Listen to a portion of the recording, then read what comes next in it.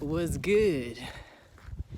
We're back and we're hiking on a trail again. Misty as fuck. We really in the clouds, baby. The forecast said that it would be clear skies here, but I feel like I was deceived by the technology. But last night I was watching Avatar, the new Avatar, The Way of Water. Avatar in general is one of my favorite movies, the first one of my favorite movies of all time. Love that shit. Feels like a metaphor for, a lot of the conflicts that have happened historically, where native people who have a certain attachment to the land are exploited and their connection with the land is disregarded by another group of people who want to extract and take and utilize the resources from the land, and that's a metaphor for the engagement between a lot of cultures historically. I don't even need to delve into that for you to know what I mean. But while I was watching this new Avatar, The Way of Water, there was this scene, man, where there's a marine biologist and a hunter, and they're on Ewa, which is this land where these it's this planet where these avatar creatures and so on stay. And this hunter is hunting they've hunted one of these big whale-like creatures that stays on this planet. And the marine biologist is just explaining in a very elaborate and passionate way how he is certain that that entity or that whale-like creature is a lot more intelligent than humans because of the amount of neural connections it has in its brain, and the size of its emotional center also displays that it's got a real, capacity to feel emotion, and its language centers, show that it can understand and probably has very complex language and capacity to make music and so on, so it's a very intelligent creature.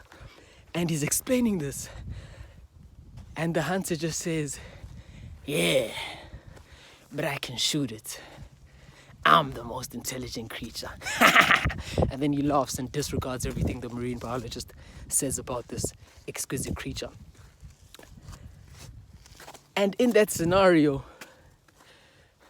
even though this whale might be so much more intelligent in terms of the way it's able to communicate and engage with reality and its awareness of reality, when you meet a force like the hunter, which doesn't have a reverence for what your intelligence might be and what your connection with this larger system is, but they have the capacity to arm themselves and shoot you, the whale loses.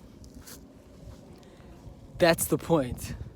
The whale loses when it can't arm itself, regardless of how smart it is. So remember that. Because sometimes also, I feel like as Africans, as the colonized, as a very conquered people and nation, we always kind of lean onto this idea that we were kind of conquered by people who were, of course, intelligent, but were savage to a certain extent and lacked the were savage and brutal and inhumane in their pursuit of power, and very willing to undermine other people in an inhumane way. That's how we often look at things. But in the game of history, man, as brutal as it may sound, regardless of your level of perceived intelligence and connection with the world, if you can't arm yourself against those who can arm themselves, you will lose in the long game and become subject to them. And just to end this, I attended some talk once, and one of the dudes who was talking, he said the consequence, because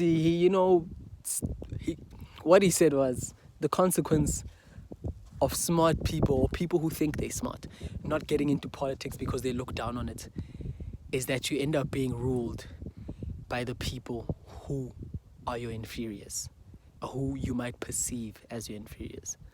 And that's powerful. And that speaks to the idea that you mustn't think that your intellect or just your perceived connection with reality is all that it takes for you to be okay in this world. Because if someone is better armed than you in whatever system or game that we're playing, you can end up being subject to their will if you don't arm yourself appropriately. Just the thought that I had. Just thought that I'd share that. Otherwise, have a good weekend, man. Get out there. Take a young hike or something. There's mad natural beauties out here to explore. And I don't like to make everything a race thing, but every time I come out here to these super serene and beautiful places, I don't see a lot of like our people out here. I don't see a lot of black people enjoying like the beauties and the riches of our land. You know what I mean? It's always white people jogging and just like taking in the beauty of these types of areas. So, let's also enjoy the land that we've been gifted with and appreciate these types of scenes. It's very grounding. It's very fun too. It's just some cool shit. It's fly. Get some fly snaps for the gram too, you know what I mean? So yeah, have a good weekend. More love, more life.